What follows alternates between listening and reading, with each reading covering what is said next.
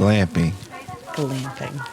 Can you tell us what that is? I didn't know that. I didn't know what that meant. Glamorous camping. There's very little rustic about the kind of camping we do these days.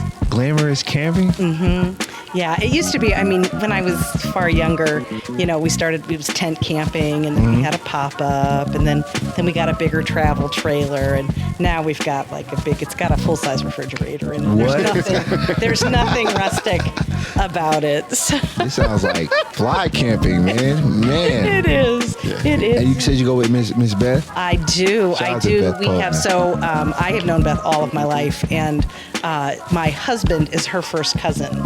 So we are still very connected. And so we have a lot of family. We're all down there together, which is really wonderful just to get away and spend time together. But yeah, nothing. We eat very well. We drink very well. We have a really nice time. Eat like kings. See, that's what John would have to do, because you ain't getting John in the woods. Listen, I would go in the woods. I just wouldn't call it glamorous camping. Yeah, it is. There's nothing think that's something rustic. guys should call it. There is nothing rustic. I don't want to call him like, I'm going glamping, bro. You want to go with me? Yeah, I don't think that. So I would do that though. Yeah, it's regular good. camping. Mm-hmm. Would you go glamping, Zach? Oh yeah. Come on now. What would your glamping experience be like? Oh, I don't know. We go somewhere decent, you know, somewhere nice, and have a nice little. She got a full fridge. I don't know if you get much better. Yeah. Now we didn't always do it that way. Like my pop-up was no frills, didn't have a heater, no air, no nothing. You know, it was just like beds and. So you've been regular camping? I have been regular camping, but that time has passed. Yeah, so now we're going glamping. See, that's the way to do it. You just set the tent up and you just sleep on the ground. You got maybe a pillow. Not anymore. Nah, we glamping now. When my husband and I first got married, we used to take tents out, and I remember camping. The one time it dropped down to like 5 degrees that night, and we woke up and our donuts were frozen solid. So we had them on hot dog sticks over the fire to thaw them out. Where'd you go camping at where it got dark like that? That was down. We used to camp at a place down near Coshocton. And we'd go down there, and that was super rustic, like outhouse. Oh yeah. It was. That was a different day. That ship has sailed for Jenny. Man. Would you do that? Camping? Would you sleep on the ground? Would you go camping and sleep on the ground? Yeah. Come on. Yeah, like I would do that. We should do that. We should do a podcast where we go regular camping. I would do it. Say less. You guys should just come on down. Eat well, drink well. Yes. Enjoy. I don't know. I need to see John in the Enjoy wild. the full-size fridge. I'll do that. But first, I need to see John for like 2 nights in the wild. I want to see how he does. I got it. No phones, no social media. Yeah. Like I gotta make a TikTok out there. I'd say he's gonna be trying to shoot a music video in the middle of the I might get creative in the woods though. That's the thing with me. I might get creative out there, but you know. You might be inspired. There we go. Wait. You said we eating good out there. What are y'all eating out there? Oh my gosh. Caviar. So what Not this year. Not this year, but we do. I mean, we do like shrimp boils. We do, grilled steaks. My husband, we have this huge smoker, and so like we'll smoke ribs and brisket. What? My husband makes a really mean brisket. I love smoke that. all day, like Love 12 brisket. hours on the smoker. So it's like Glam Fest out there. I'm telling you, You're doing it well. eating good. What? And all the nice thing is, like, I tend to be the cook at home of all the food at home. But when we go camping, all the husbands are the ones that take. So I just get to like sit there. You and get be to like, chill. This tastes good. I'm just gonna sit here and eat it. They get primal. They're like meats and grills. Yeah. But like grilled vegetables and oh my gosh. How many times a year do you try to go camping? So we keep our campers down there permanently. So most summers we're down there like every weekend or pretty close to, unless we've got other things going on. The nice, because I don't have to pack up anymore to like go. When the kids were little and we were packing the camper and traveling to different places, that took forever. Right. But now, like, I can get off work on a Friday and just drive down. This has been a hard summer. My mom's had some health problems. Beth moved to a new house, so like we're all over the place this summer. But it's nice, like if you get a day, we just go down and. When's the next glamp trip? Oh, well, they were all down this weekend. Oh man, we missed it. So, but then next week, there'll be Labor Day weekend. Oh yeah, we got that. I mean, we'll probably go until the end of October when it gets when it starts to maybe get too cold or too rainy. Rain is is the deal breaker. Rain, I don't yeah. mind cold because we can build big campfires and Yeah, sit around right. and enjoy that. But rain is my. You can build a fire or go inside the warm camper. Yes, or I can go sit and watch TV on my sofa. And pull drinks out of my A fridge. sofa on a camping trip is crazy. But you did.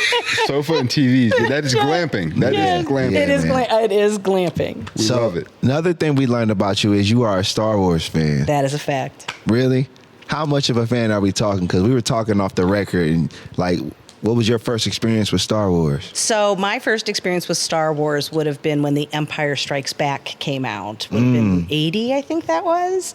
And I would have been real close to turning 9 years old. So just, right at that formative age. But when the original one had come out, of course, it was like all over TV. And I just remember being fascinated, like loving, Princess Leia, and Darth Vader just seemed this larger than life character.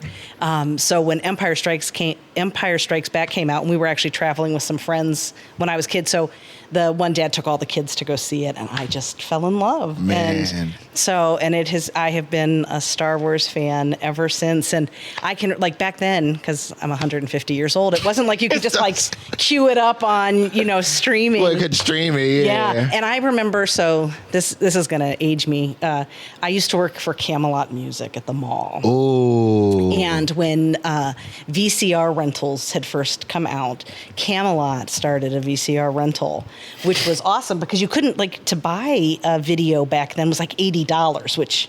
$80 for VHS? Yes, for VHS. Wow. You couldn't, the idea wasn't that you bought them for, they figured they'd never recap it. If you bought it on a VHS tape, they'd never make any money off of you again. Well, now they're reselling it on eBay. Right. And now you can stream it. You pay, it's a whole different ballgame. But when Camelot decided to get out of the video rental business, we had the opportunity to buy those tapes for just a couple bucks each. So I bought all the Star Wars, and I was the only person who had them. We didn't even have. Really? So you have them now? We didn't even have DVR back then. I'm telling you, it was a different day.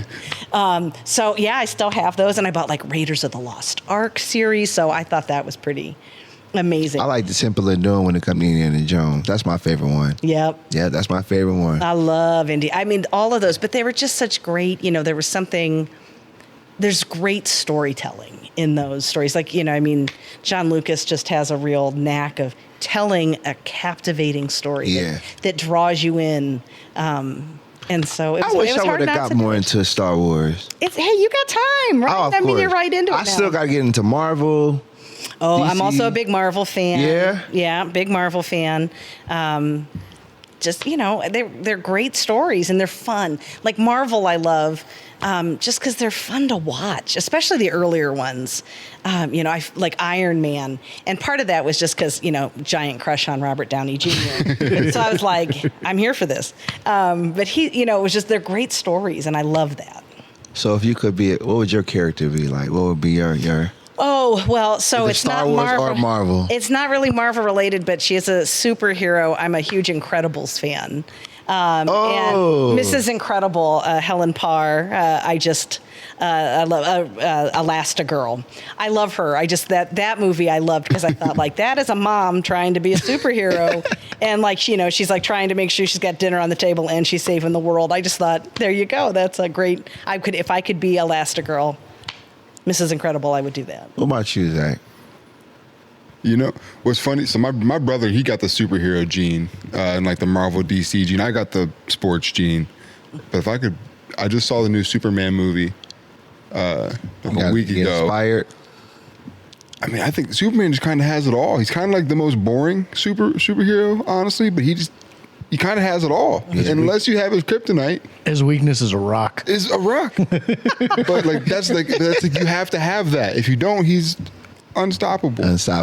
I hear the dog in that movie is the best part of it. Yeah, the dog's funny. That he has a dog. Yeah. What kind of dog? What is it? It's a white fluffy dog. I His forget name's what. Crypto. I forget what kind of dog it is. But the dog's adorable. The dog can fly and has superpowers also, and. Yeah, Superman is the best at everything, honestly. What about you, Jeremy? If I had to choose, it'd probably be Spider-Man. That's just somebody I've grown up loving it. I was like, man, I would want to be him. Maybe Deadpool. I think being Deadpool would be cool. Yeah. I have Deadpool's humor. I like I can see you doing that. Who's your favorite Spider-Man? What was your favorite iteration in the movies? Probably Tom Holland. Mainly because he is like what Stan Lee like wanted Spider-Man to be. Because there was an interview he did where he even said like Tobey Maguire was like sort of like around the age, but he was just like too old to portray like the actual comic Spider-Man Peter Parker that he originally wrote back in the day. So I love. There's a story about when they were casting, and Tom Holland, they go to like read a scene, and on the liner notes it's like Spider-Man like flips into the room, and not expecting him to do that, just expecting him to read the lines, and Tom Holland flips into the room and then reads the lines, and it was like, well, there's your Spider-Man. There you go. See, that makes me want to ask you, like, you working with kids, like, do the kids look at you as a superwoman? Oh, I don't know. I think they probably look at me as an old lady these days, but working with, I have always enjoyed working with youth and with kids. I just think, kids are amazing, and they bring so much to the table. And so that's always been a passion of mine. I think you learn a lot from kids. And I think the most successful way to be able to work with kids is recognizing how much they're going to teach you. Yeah. So maybe in some ways, I really try to champion what kids bring to the table, try to recognize. And so I think kids do appreciate that. So, but I've from all the years I've been working with kids, I tend to get called Miss Jennie a lot. So I'll even see kids now, like I'll be, and they'll be like, Miss Jennie. That's what's up. Because you talked about Trey. Shout out to Trey Lamar. Trey Lamar. I love Trey. Dude. I just saw him when you guys had him on. I was watching that one. And he and I had worked together. There was a camp I was very involved with for a lot of years, Camp Wakanda, down in Leesville, on Leesville Lake. And when he got out of high school, he was a camp counselor for us.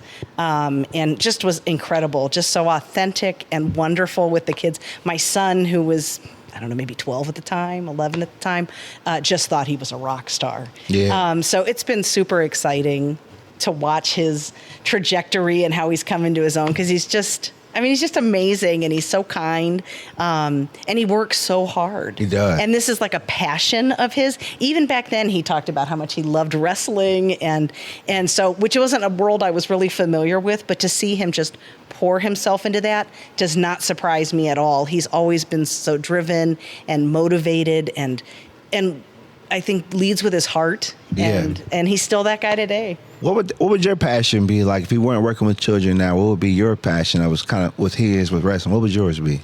Gosh, I used to have a real passion for writing, and always thought maybe I'd be an author, or that's mine. That I that's crazy. That I would want to be a writer, something creative in that way. I think of or even like a screenwriter, something to tell stories. I'm an avid reader. I love to read. I love stories. I love hearing people's stories. I love telling stories. I think that if I could have maybe had the inkling or the understanding of really diving into that a little earlier, I think that would have been something. Look, if I get into Star Wars now, you can definitely write. There you go. You can start. There you go. I'll start. Maybe I'll write the next sequel. Let's do it. Miss George, where can they follow you? How can they reach out to you? Oh, well, gosh, I've been on Facebook since people thought it was cool to be on Facebook. When I joined. And that's under Jennifer Slackford George. Okay. That's really the big thing. You'll find me, I tend to pop up on all kinds of different social media things just because I'm really passionate about Canton. So I try to share a lot of things. I like to make sure that I'm hearing what's going on and sharing what I know about what's happening in the community. I love that you do that for the city. I appreciate that. Micless Zach, where can they follow you? Instagram and Twitter at ZWorthy68 or Facebook Zach Worthy. All right, Jeremy? On Facebook at Jeremy Andrew, or on Instagram at _Ninja_1. You know everything with me. Jéan P the MC. Twitter, Instagram, X, all that stuff. Follow our podcast. YouTube.com/Jéan P the MC. Follow, like, subscribe. We're also on Instagram. SWYM Podcast. Miss George is our 184th episode. 184, man. This is really, really fun. Thank you all for the support and the love and the years y'all been following us, man. More people have been kind of getting recognized, recognizing you outside, and Micless Zach, and They already know, Miss George. They know what you do. So, shout out to my boy Chase holding down on camera. So it's going to be a good time. So you going to stick around with us for a minute? I'd love that. All right, man. Jean P, the MC. Say what you mean. We'll be back. Peace. Peace. Say what you mean what you say. I'm from the 330, where them boys don't play. Say what you mean what you say. I'm from the 330, where them boys don't play. From the northwest to the northeast, say my name once and they know it's me. Southeast to the southwest, no arguments, yeah, I got next, Jéan P. Episode 184 of the Say What You Mean podcast. Jéan P, the MC. Jennie George in the house. How you feeling? I'm feeling good. Thanks for having me on. You made me laugh when you said, I got my hair done for this. You said, I did my hair. This is not Sunday hair. This is Monday through Friday hair. You got Monday through Friday hair. Any other time would have been what, just hoodie? Star Wars hoodie on. It's real curly, so it's not. It's like a messy curly tangle of hair. Well, thank you for getting fresh for us today. We appreciate it. That's why Chase was like, the best for you. Chase said, "What if we had the lens cap on?" I would have been like, "Yeah, we gotta do this again. Then we gotta do this Start again. from the top. Start from the top. Start period." from the top. So, episode 184, man. You know what it is. Jéan P, the MC. How you guys doing, man? What's been up? What's been going on with you, Zach? Good weekend? Not a whole hell of a lot. It's been a good weekend. I start my night shifts next week, so nice. Back to night work, going in at 7, getting off at whenever we get off in the morning. Ooh. Respect to the drivers, man. We're trying to get 77 done for all y'all. Ooh, yeah, man. Congrats. It'll just start all over again. I mean, we started another section of it, but we're trying to get a big section of it done. So. Jeremy, what's up with you, man? Not much. I got sunburn on my legs from going to Mohican yesterday. But, ooh, how was that? It was good. It was a fun time. You had a good time? Mm-hmm. That's what's up.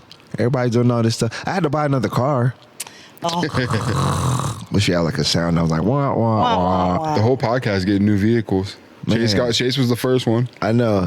Chase got next. the new. Yep, you're next. New car next? It's my plan. That's my next goal, my big goal. I hate car shop. Me too. I did not expect it. Like, obviously the Mazda, I had it for a long time. That's what I drive. We have 4 Mazdas in my family. We are Mazda people. We didn't realize we were until we all owned Mazdas. I'm Toyota now. Oh. So they told me that was good. I miss my Mazda though. It was all reliable. I don't care about cars. Like as long as I get the A or B. But you know how they say keep the car till the wheels fall off. Well, mine almost did, and I think it was time for me to get the car. So shout out to my new car, I guess. Woot woot. Yeah, See, that's what was happening to my truck. It was falling apart.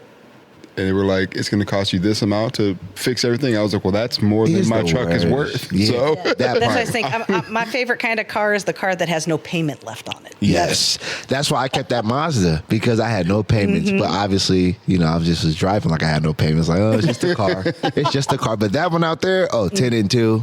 Yeah. Oh, look at you. Yeah. Mr. Responsibility on the road. Yeah, yep. You see me driving like this. Yeah. So I had to get another car. So we knew how you drove anyways.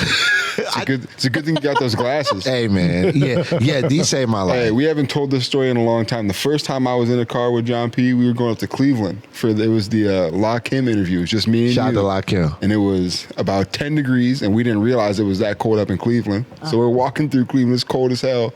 But the whole drive up there, I was sitting in that seat like, ooh, John needs his glasses. I'm going to die. I'm sorry. I didn't even know I needed glasses then. Yeah, I appreciate it. Well, now we good now. We're good now. Again, 10 and 2, especially in this car. 10 and 2, for sure.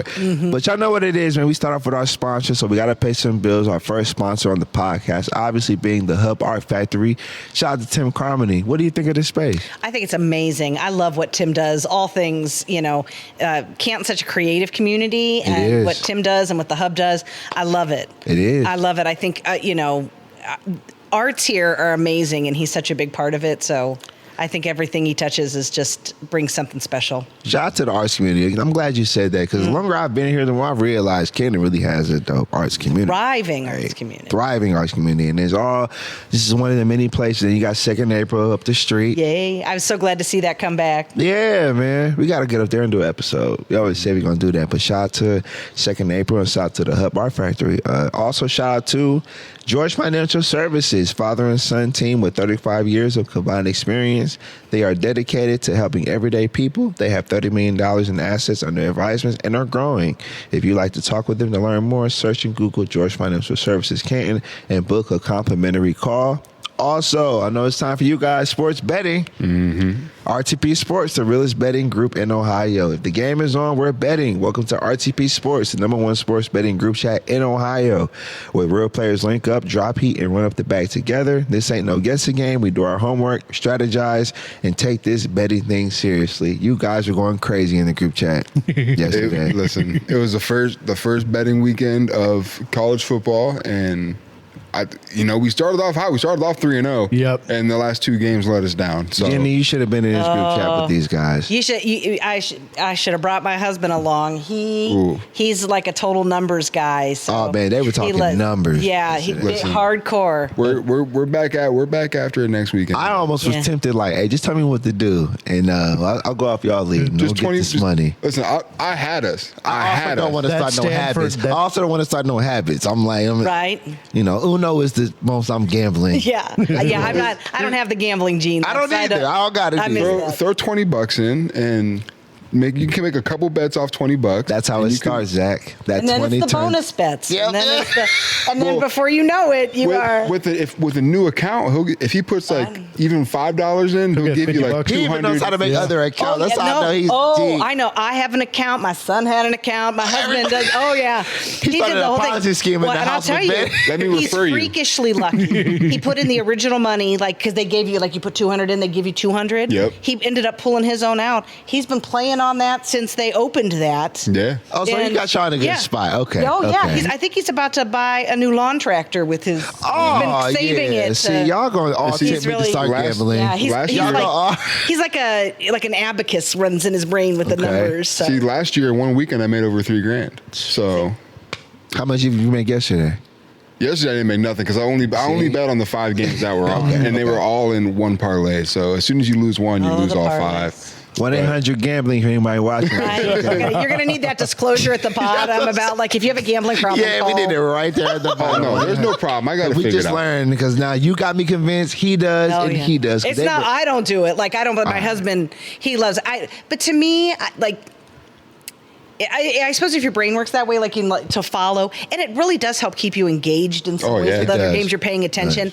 Yeah, there's games I would never watch, and I'm sitting there like, come on. I'm not much for the sports ball, so it loses. It's a little bit lost on me. So that's what's up. So yeah, RTP Sports, get your gambling on. So, Miss George, let's start from the top. So tell us, where are you from? What side of Canton you represent? So I grew up in Perry Township. That's where I grew up. But both my parents grew up in Canton City. So always as a kid, coming downtown just seemed like something larger than life. And they had pretty diverse backgrounds. My dad grew up single mom, kind of struggling family all over. So his stories were always about the neighborhoods, and we lived here till we got evicted, and then we lived here, and then So like in the people, and he graduated from Lincoln.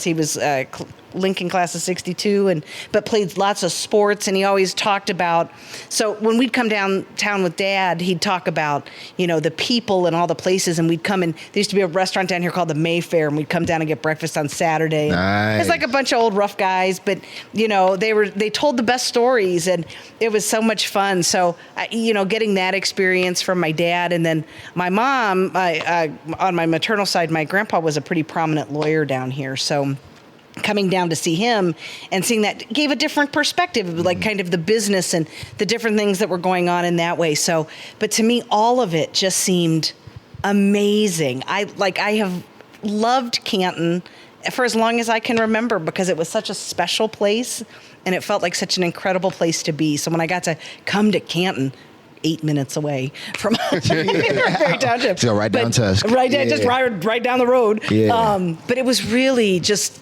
to me, it's always been a magical place. And so I've been working down here now for over 20 years, almost a little over 20 years now. And just, my opinion has only grown. I've always loved that when we had different guests on who've experienced Canton in different time frames. And like, I always wonder, like, man, what did the city look like? Because I'm 35. So like, what do you remember about the early days, or what did downtown look like So I have two really like solid memories that like anchor kind of my feelings about Canton. So one, again, with my dad coming down and like getting breakfast or lunch downtown and sitting at the lunch counter, and everybody knew everybody, right? You come in, hey, how's it going? How's it been? And laughing and telling stories. And there's always like the old guys. It's always like 10 old guys that have been retired. They've been sitting there. They showed up at 7 a.m, drinking coffee That's all the McDonald's day. on Cherry right now. It's the McDonald's now on Cherry. Doing that. So I just remember thinking like what cool people. Like it was so cool. And there were like little shops down here that, certainly were not like the mall. It was just very different. So I remember that. But I can remember coming downtown, having dinner, probably for a birthday or something, and eating downtown. And we were up high. And I was sitting, there was like a little window well when I was a little kid, and sitting and looking out over the city, which just looked huge to me. Wow. The glistening, it was nighttime and all the city lights were on, and looking down, and we might as well have been New York, or Chicago. To me, it was like, look at this great city I live in. But it was just amazing to me getting, My grandma said that about Cherry. Like Cherry Street. Like when my grandmother moved here, she's down south, Dothan, Alabama. She said Cherry to her was like Chicago or New York because there was so much to do on Cherry, a street that I just delivered the mail on. But now it's like to know it was so much life in Canton, and I see it trying to go along with it now. But then, like when you hear people say, "Oh man, Canton used to look like little New York, little Chicago," downtown. And there were so many stores, and and all cities go through evolutions like that. I think where people talk about Stern and Mann's and the Sears that used to be down here, and Kresge's, and Sears. People remember all of these. There was a J.C. Penney's downtown, and everybody came downtown to shop. It was the thing you did, and so that has changed. As a kid, those stores were still open. I have a memory of coming down to the Stern and Mann's downtown. I was a very small child, but so it's changed.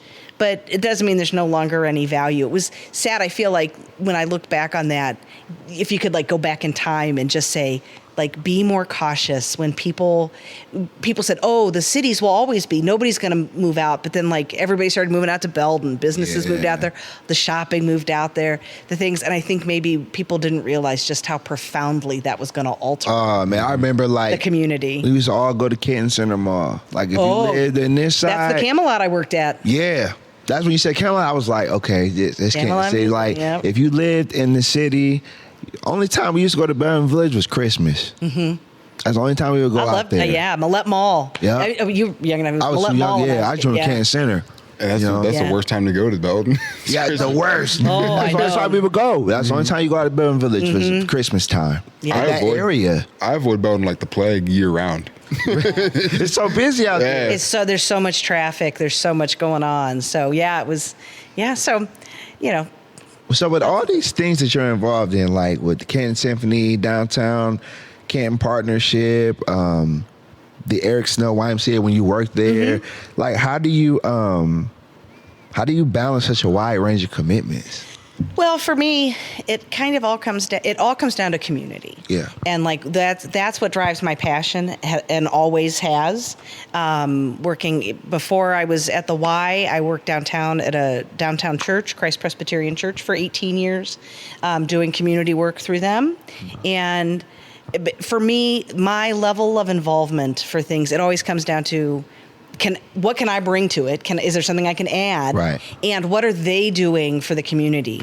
I know now that you've had a great collaboration with the Canton Symphony Orchestra, but something that really drew me in. I'm a big fan of all kinds of music, so always loved the symphony in the sense of just who they were as musicians and what they brought to the table. But once I heard about all the different work they were doing with the Lighthouse Strings and creating musicians and summer serenades and kinder concerts and divergent sounds. When you hear about all that, I thought this is something I really want to be involved in because it's so rooted in the community. Same with my work with Rotary. Same with my work with Downtown Canton Partnership. I've been so pleased to see. I think that they've been a great driver of progress here right in downtown that Todd and his team are doing. Is just incredible. So for me, it's, I invest my time in the things that are really making a difference. And that's what has always led me to the next step and kept me involved. I think there's a lot of wonderful organizations doing great things. So you want to make sure you can support them as best as you can. What lessons have you learned about leadership? Oh, gosh. It's interesting when you talk about even like the collaboration, something I will go back to. I'm sure all of you have heard of the program that's run through the Chamber, Leadership Stark County. Yes. Mm-hmm. So I was in the 32nd class of Leadership Stark County, which was kind of a fluke. I didn't get picked originally. Somebody dropped out, and then I got the call up, which was exciting. But at the time, I was in my late 40s, and I loved the work I was doing, working with the community. I'm a firm believer in, you tend the garden right around you, right? But I'll be the first to say that I felt like at the time, I thought that maybe I had done all the growing I was going to do. I was going to affect change in the biggest way I was going to in that moment. You start to think like I'm a little older. Maybe I like you lose sight of what do you still have left to contribute. And so I became part of Leadership Stark County and seeing all the amazing things happening in the community, and which things I was very familiar with, but they spent a lot of time reminding you who you are as a leader, and what gifts you have, and every one of us does, and how do you utilize those, and talk about breathing some life back into, I thought I had given all I had to give, and this whole new world opened up to me about who I can be. I still have a lot left to give. I have a lot left to contribute, and there's things I can bring to the table that can help advance the good work. And so that really transformed. That was not long after that my Rotary involvement began, my board service with Symphony, starting work with the YMCA, growing all of those things, deepening. I just thought, you know what? I am not a washed up old mom of two burgeoning adults. I am actually I have a lot left to give. And so that really lit a new fire and a new light under me. And I'm so thankful for that experience. So with that Rotary Club, what was a project or moment that you're most proud of? So one of the things that I love about Rotary is that they are an international organization. Rotary is not just one club. It is worldwide. And when you see the commitment of all of these small groups doing incredible work and then coming together collectively for big things really resonated with me. That these small pockets all working hard to build up their communities. And I loved part of my original work with Rotary was my grandpa was a Rotarian. And, the pancake suppers to raise money for local organizations. And he was. I always would assume the Rotaries, you always see the pancake. I'm like, so pancakes in there. So back in the day, because he always wore a sport coat, always wore like a suit and a tie. And pancake breakfast and pancake supper day, he'd take off the jacket and roll up his sleeves and put on an apron. He might as well have been wearing a clown suit. He was so foreign to me, but he was Rotary president in 71, and I just finished my term, so here just 50 years later, his granddaughter being Rotary president. And but what I love about them, their motto is service above self, which is the motto I live under, and their driving desire to support organizations doing good work really is what brought me to that we recognize that, there's a lot of people doing really important work in small ways that Rotary can help support. There are, of course, huge organizations doing wonderful work, but to be part of a group that sees the small work that all these pockets are doing and saying, how do we help? How do we contribute? And helping lift those up is really amazing to me. That's great. Jeremy, you got a question? Yeah. Speaking back to leadership, you've held a lot of leadership roles in the different organizations. Mm-hmm. What do you think makes a great community leader? I think what makes a great community leader is know yourself and be authentic. Know what your gifts are, know what your weaknesses are, because when you know who you are and you know what you're not, then you know who you need to cultivate to bring onto your team to build you strong. If you think I can do all of it independently all the time, you're going to fail because you fail to bring on the things that actually kind of shore up what an organization needs or what a group needs. So really, it's knowing who you are, knowing what you bring to the table, because then you know what you need to have brought to the table to make that work. So to me, that's been a learning experience. I mean,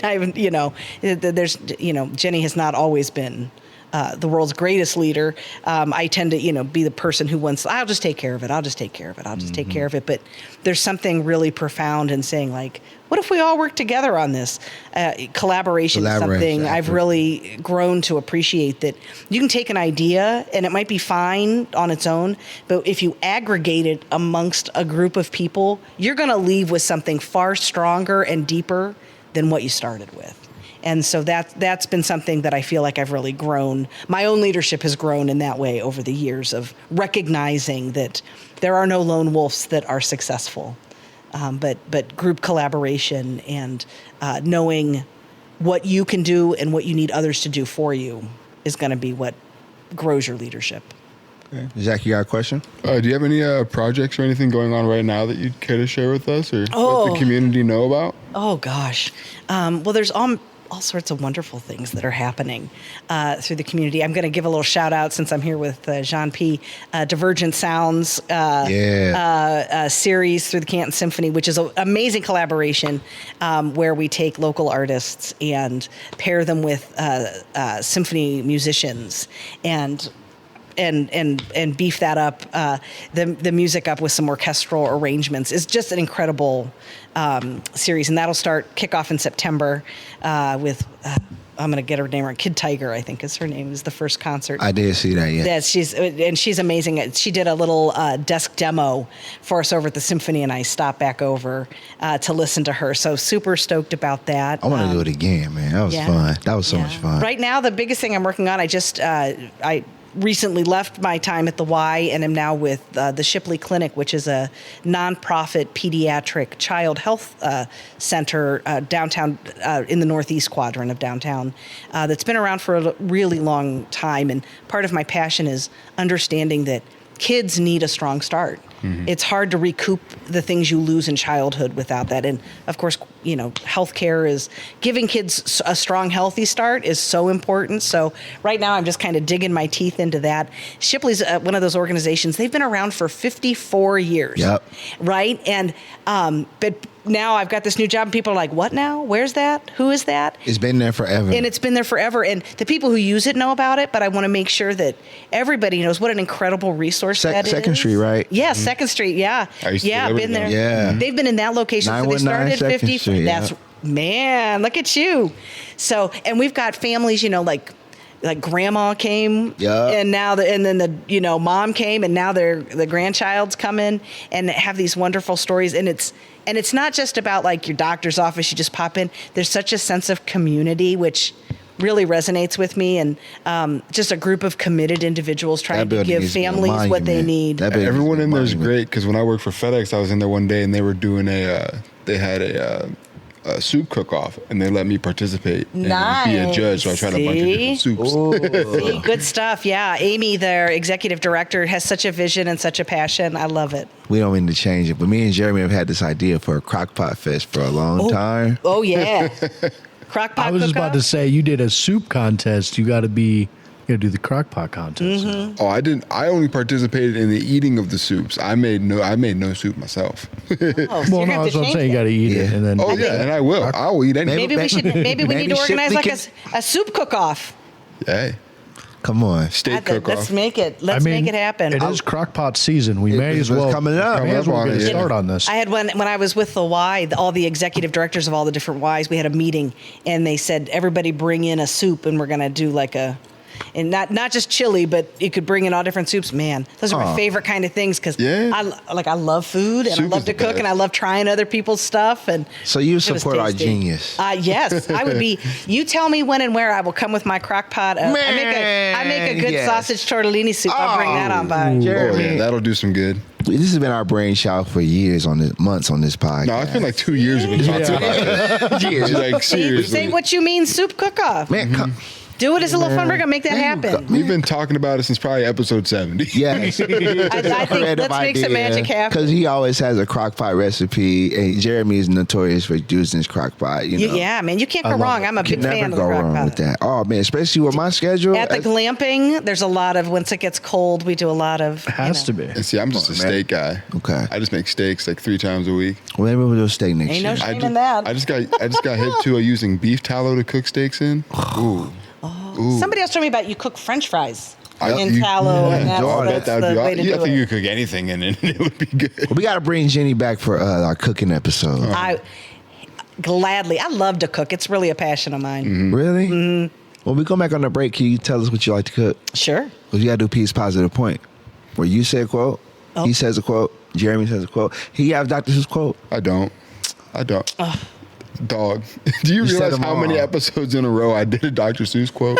Well, whatever quote you find, we're going to have that quote, and then you're going to love give us some good cooking tips. All right. All right. Jéan P, the MC, episode 184. Jennie George. Peace. Peace.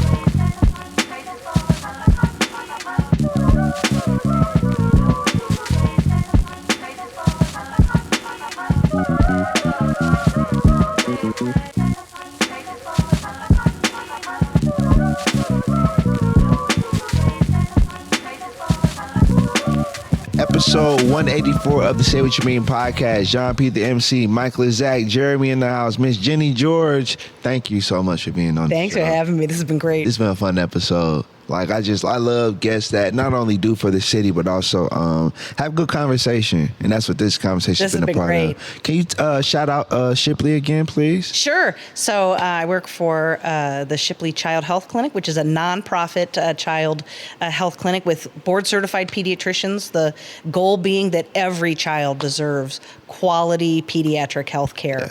And it's not just about serving that kid, it's about serving their whole family and making sure that we help give them what they need to help their family thrive.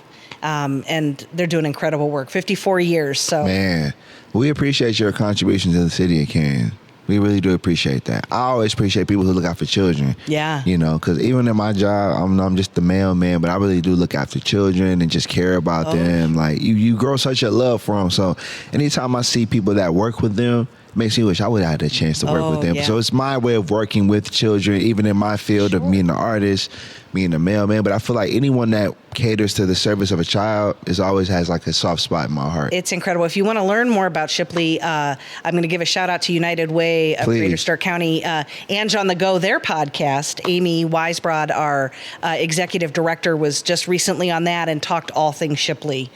So that's a great podcast to really learn about who we are and Amy's passion for this community and the children that they serve. So that's a great. If you're not familiar with Shipley, hop on over to that one.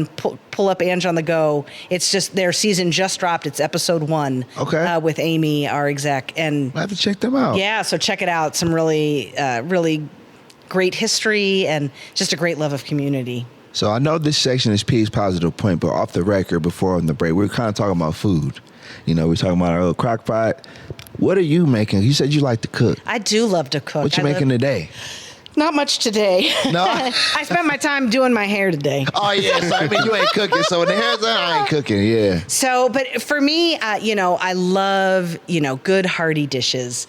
I'm a meat and potatoes kind of girl, lots of good pasta recipes, but lots of flavor. But, I had a little Italian grandma growing up. And so it's, I love through food.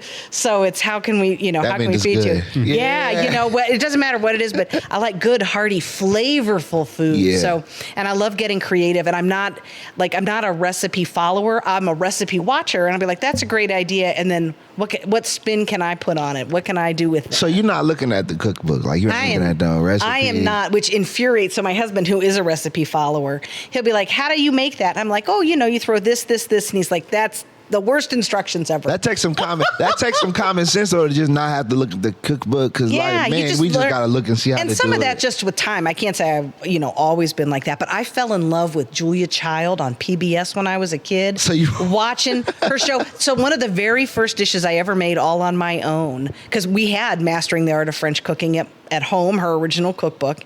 I made her beef bourguignon and her French onion soup. That was the first dish you made? One of the first. How old so were you I made told that? my mom I needed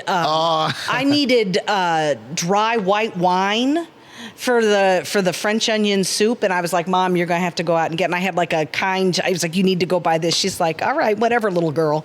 But I've been making that soup since I was like 13. So when you first made it for your mom, she was like, okay. Oh yeah, like okay, that's good. We can. Yeah, you keep going. But my mom's an incredible cook. My grandma was an incredible cook. So when you're always around it.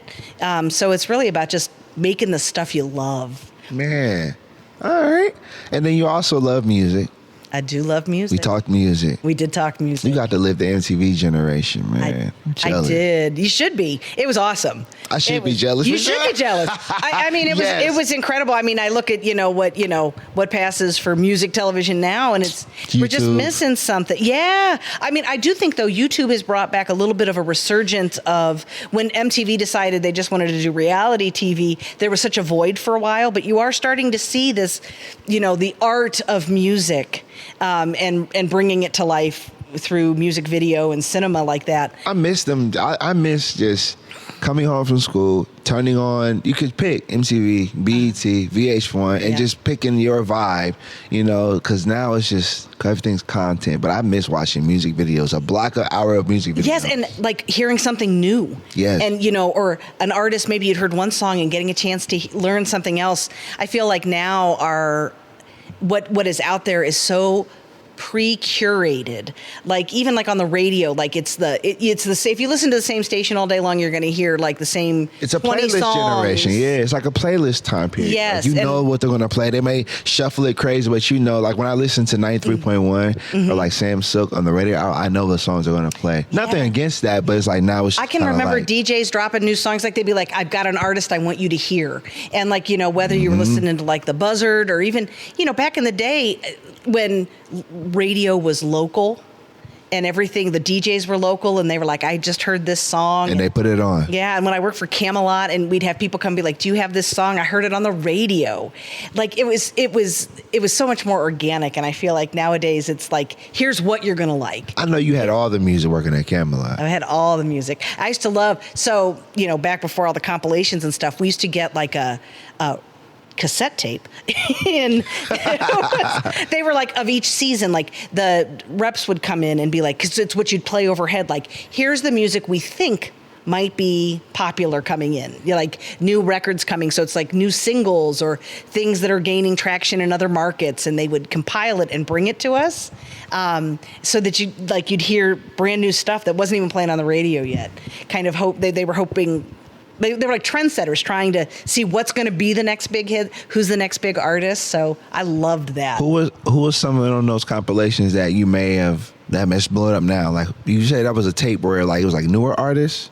Yeah, sometimes it was newer or like a new song coming out. But I can remember, I mean, like this sounds crazy. There was like when Paula Abdul was hitting and like her song, and nothing had happened, but it was like, it showed up on our thing, and then I saw her on MTV, and I was like, "Oh, this is the song. Yeah. She's the song on that tape," And hearing that, and I can remember we'd gotten one, Milli Vanilli, right? Everybody remembers the big really controversy. So you hear it, and then the video came out, and I was like, "That's those guys." And then I saw them. I went to a Yo MTV Live concert up in Cleveland, and Milli Vanilli was there. And back then, all artists sang live. We didn't have all the everybody, and they came out and were barely singing, and it was just like the song from the recording, and I was like, they're not even singing that music, and it wasn't even like 2 months later. Yeah, that girl, they came out. In fact, they have been lip syncing that music. I was like, I knew it. Oh man, so you said it was a Yo MTV Live show? It was MTV. It was like a tour that they used to go on every summer, and it was like hot new artists that only maybe had a single or two, so couldn't support a whole tour. So they would bring them all around, and so you'd go up to Richfield Coliseum and get to see some of those. But I remember seeing, I saw the Police when I was younger, up at Blossom Music. Whitney Houston, what an amazing concert that was. I used to love live music. I saw Metallica. I saw the Stones, Steel Wheels up at the stadium. I used to, back then when concerts didn't cost half your paycheck. Oh my God. You used to stand in the line at the Ticketmaster at the Camelot. You had to stand in line, and when everybody'd go and you get your money, there was no online. What was the last concert you went to in these days and times? Oh. That wasn't $800. So now, I'm not willing to do that, especially because, to me, it's about being close enough to see the artist. Yes. And now some of these things are so big that I could hear that on the radio, the Cleveland Symphony has their summer concert series at Blossom Music and always brings in some incredible artists. So a few weeks ago, I got to Cynthia Erivo, played with the Cleveland Orchestra, blew my mind. That sounds like a good time. Oh my goodness. She sang some old standards. She sang Prince. Oh my gosh. She did Purple Rain. I am transformed. She was incredible. Her voice, and she's like this little teeny woman, not even 5 feet tall. If she weighs 100 pounds, I'd be shocked. She's so small. Her voice. This is strong. Oh my gosh. She had a couple times where she pulled the mic away and I sit out in the lawn so I can bring my picnic and enjoy myself. And you could hear her. She was so you could bring your beef bouillon soup? So here's the thing. If you go up to the Blossom concert stuff with the symphony, the symphony owns Blossom. Live Nation leases it. So Blossom sets the symphony can set their own rules. We bring in a picnic. You can bring in your own wine. You can bring in your own stuff. You bring in your beach chairs. I got this little wagon. Beth and I go all the time. So you bring in a glamp fest to the concert. I glamp even at the concerts. We set up the whole thing. I bring some lemon garlic shrimp, and we bring Bro, we gotta go glamping, man. I'm telling you, you just gotta go glamping. We gotta go to glamping, and we gotta go to a concert with you. Yeah, but Cynthia Erivo was incredible. The last giant big concert I went to, I took my daughter to see Bruno Mars again. Incredible. I've heard great things about live his show. Performer. I've heard great things. You know what I loved about him? Even his band was singing. Sometimes you get special things. He's got all them old men with their trumpets and their things. It was like watching the Spinners. Everybody's interactive. She said everybody's interactive at the Bruno Mars show. The band, everybody say. I mean, it's just just these incredible musicians. I was blown away. Yeah. See, we gotta kick it with Jennie, man. We gotta hang out with Jennie. Doing more exciting stuff than that. Glamping, concerts, community, all of this. You're making me sound far cooler than I normally am. You are cool, man. Anybody that come on this show is cool. So that's what it is. But, we talk all this great stuff with the music, the food, the community work you do. We love to end our show on a positive note. Peace, positive point. I'm a big quote guy. I love when my guests come on the show and share a quote with me for the week that gets them through the week. Let's start it off. Zach, you got a positive point for us? No Dr. Seuss quotes, because you said all of them. He said all of the Dr. Seuss quotes. I did probably 100 of them. I love that. I didn't even know Dr. Seuss had 100 quotes. Oh, yeah. Theodore Geisel, what a cool dude, right? Mm-hmm. That's his real name? Mm-hmm. I never knew that was. See? I thought it was something Seuss. What you got for us, Zach? So I went with a community quote today. It says, community is much more than belonging to something. It's about doing something together that makes belonging matter. Oh. What does that mean to you? Fact. That, the more you work together, it means more if you do something as a community than it does, just trying to do something on your own. Even though you can do stuff on your own to make a difference, but when you're working together with people, collabs are powerful. It makes everything better. I like that quote, Zach. Jeremy, what you got for us? My quote is, small acts of kindness can create ripples of big change. What does that mean to you? Just means that even the smallest acts of kindness, whether it's volunteering, helping somebody out, across the street, it could, have a massive impact on that person or community. You don't need a bunch of money or a million resources to enact change. It's real. Miss George, what you got for us? All right, well, I feel like we're on a theme today, so I have a favorite quote from Margaret Mead. It's never doubt that a small group of thoughtful, committed citizens can change the world. Indeed, it is the only thing that ever has. And what does that quote mean to you? So to me, again, it's that, don't say I'm just one person, I can't make a difference. Everybody can make a difference, whether it be just right around your own footprint, but everybody can make a difference. And when we can recognize the strength in what we can do individually. That only grows what we can do collectively. And those are the small movements that change the world. I like that quote, Miss George. I like that. How about you? What you got? My quote is from Mahatma Gandhi. It says, the best way to find yourself is to lose yourself in the service of others. I always think about, since throughout the podcast, you work on all these kids and all these relationships you've built, what you may have learned about them, what you may have learned about yourself, the bonds that you've built, which is kind of like why I enjoy working with people and just talking with people, because you really build relationships and help them. Some way, shape, or form. It always had to be money. Just investing time into them and giving them a resource is something that I feel is a great connection. Like, lose yourself in the service of others. Not being selfish. We live in a very selfish world and we forget to do things for others. Absolutely. Because of the odds that are kind of against us. So we kind of have to look out for ourselves, but we also can't forget others. No, Jéan P, we're going to have to make you a Rotarian. Ooh. Service above self, sir. I can be a member? You so I get all the betcha. pancakes? You come. Get to wear a cool They're jacket? on me. Oh. I'll get your pin and everything. Listen, I do, in all seriousness, I've always wanted to be more involved in scene, not just on the music tip, but just being involved with organizations and things of that nature. Which is why I like to interview people such as yourself and all the other guests we've had who are just involved, you know. Even with Chase, you know, he's learning to be involved with the city and just networking and things of that nature. It's very crucial. That's why I like to do what I'm doing for these guys, to show them like, yo, it's not just a guest for myself. It's a relationship that you guys can build as well. Yeah. So maybe they can be Rotarians too. Absolutely. We're going to have the whole crew over. Hey, I'll be Rotarian to get pancakes, man. I'll be there. How often do you do those pancakes? Because I always used to see the signs. They'd be like, hey, Rotary, I know. free pancake. I'm going to break your heart. We haven't done one after COVID. They just hadn't come back. But now you've inspired me. We'll get them back. You've inspired me. I think maybe it's time to bring back the pancakes. Rotary Pancake Supper. Pancakes with Jéan P. Peace, positive pancakes. Peace, positive pancakes. Just George, we got to do it. The John P, the MC. We bringing the Rotary back. The Rotary Pancake Supper with Jéan P. Let's go. Let's make it happen. Do Rotary members have like a uniform or like a theme? No. I mean, we have our little pins we wear. We get a pin too? Uh-huh. Oh, yeah. Oh, man, what's official? It's like when official. I got done being Rotary president, I got a gavel.